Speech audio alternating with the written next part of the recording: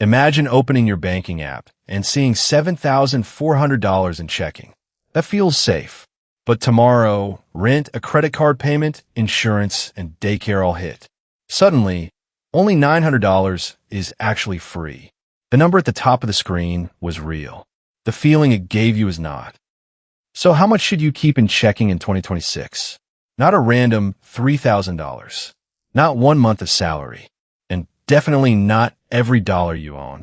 The right number is a moving target built from 3 things. Bills due before your next reliable deposit, normal spending until that deposit, and a personal buffer you refuse to cross. In this video, we will calculate that number for a real-looking American household, show why a large balance can still be dangerous, and build a simple system you can copy in about 15 minutes. First, checking and savings have different jobs. Checking is your financial train station.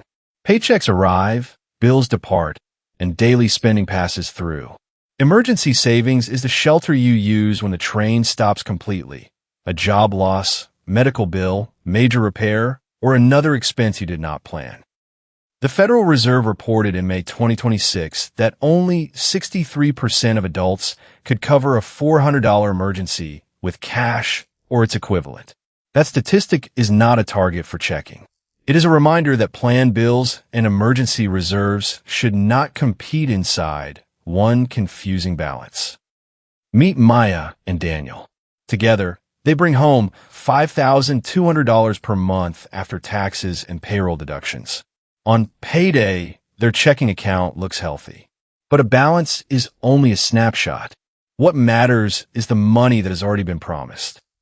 Before the next reliable deposit, they owe $1,650 for rent, $220 for utilities, $180 for insurance, $340 for a car payment, and $160 for subscriptions and phone service. That is $2,550 of scheduled bills. They also need about $550 for groceries and gas before the next paycheck. Now the committed amount is $3,100. Finally, they choose a $500 personal floor. That floor absorbs a higher utility bill, a delayed deposit, or the transaction they forgot was pending. Their practical checking target at this point in the month is $3,600. Not because $3,600 is a universal rule, but because it matches their next set of obligations. Here is the formula again.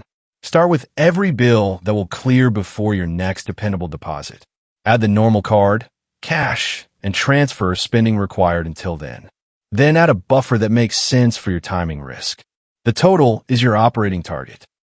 Notice what is missing: next year's vacation, a future car replacement, and 3 months of emergency expenses. Those dollars can be important, but they do not need to sit in the account attached to your debit card and recurring bills. For the buffer, there is no magic federal number. A practical starting point is 1 week of essential spending, or roughly 10 to 20% of 1 month's essentials. Then improve it with your own evidence. Look at the lowest balance you reached during the last 90 days. If you repeatedly came within $100 of zero, a $100 floor is not protection. It is a warning light. People with steady pay can use a smaller operating window because another deposit is predictable.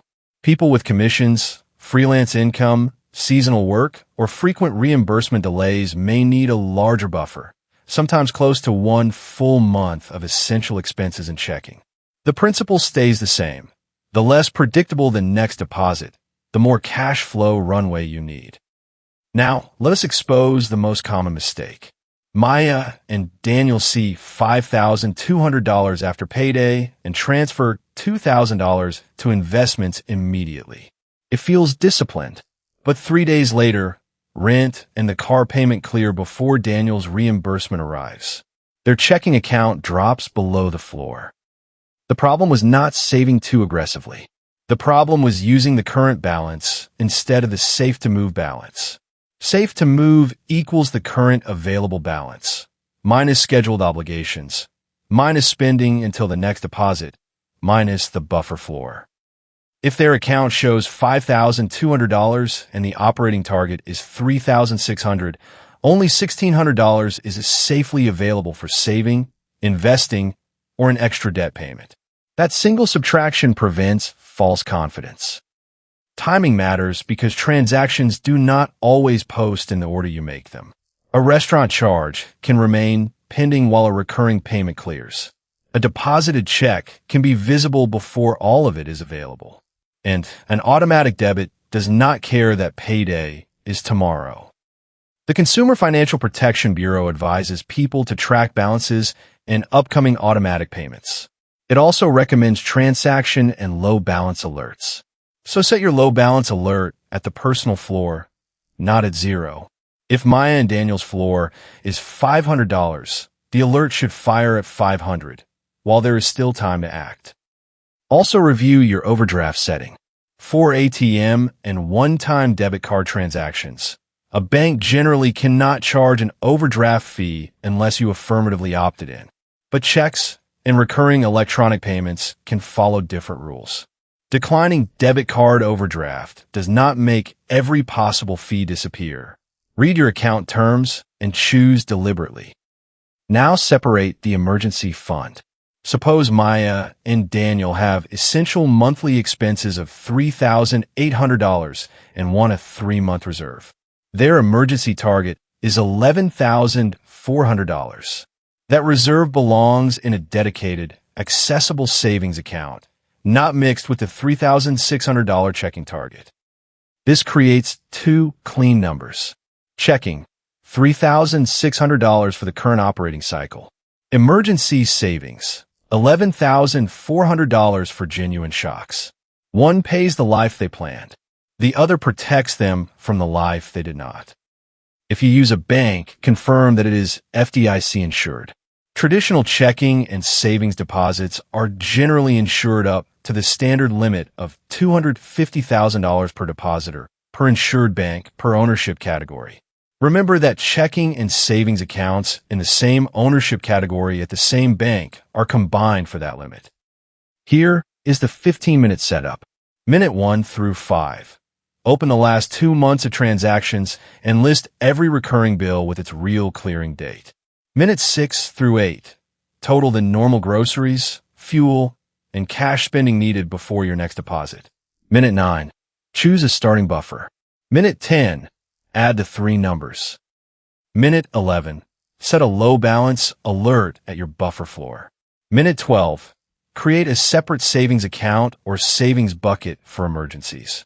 Minute 13. Schedule a transfer only after the operating target is protected. Minutes 14 and 15.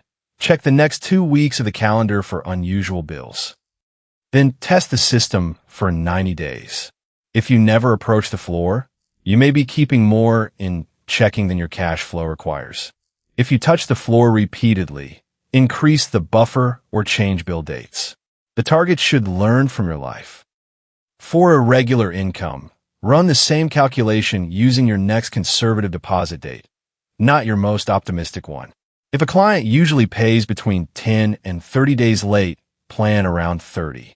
A buffer built on hope is not a buffer. And do not confuse a minimum balance required to avoid a monthly account fee with your personal safety floor. The bank's minimum protects the bank's pricing rules. Your floor protects your actual life. Use the higher of the two when necessary, or compare accounts if the requirement does not fit you. So, how much money should you keep in checking in 2026? Enough to cover every obligation before the next reliable deposit, enough for normal spending until then, and enough of a buffer to survive imperfect timing. Move the true excess to the goal it belongs to. Your checking balance should not make you feel rich. It should make your month run quietly. If you want, comment with your monthly essential expenses and pay schedule without sharing private account details. I will show you how to apply the formula. And subscribe to Cody Invest for practical money systems built on real numbers, not financial myths.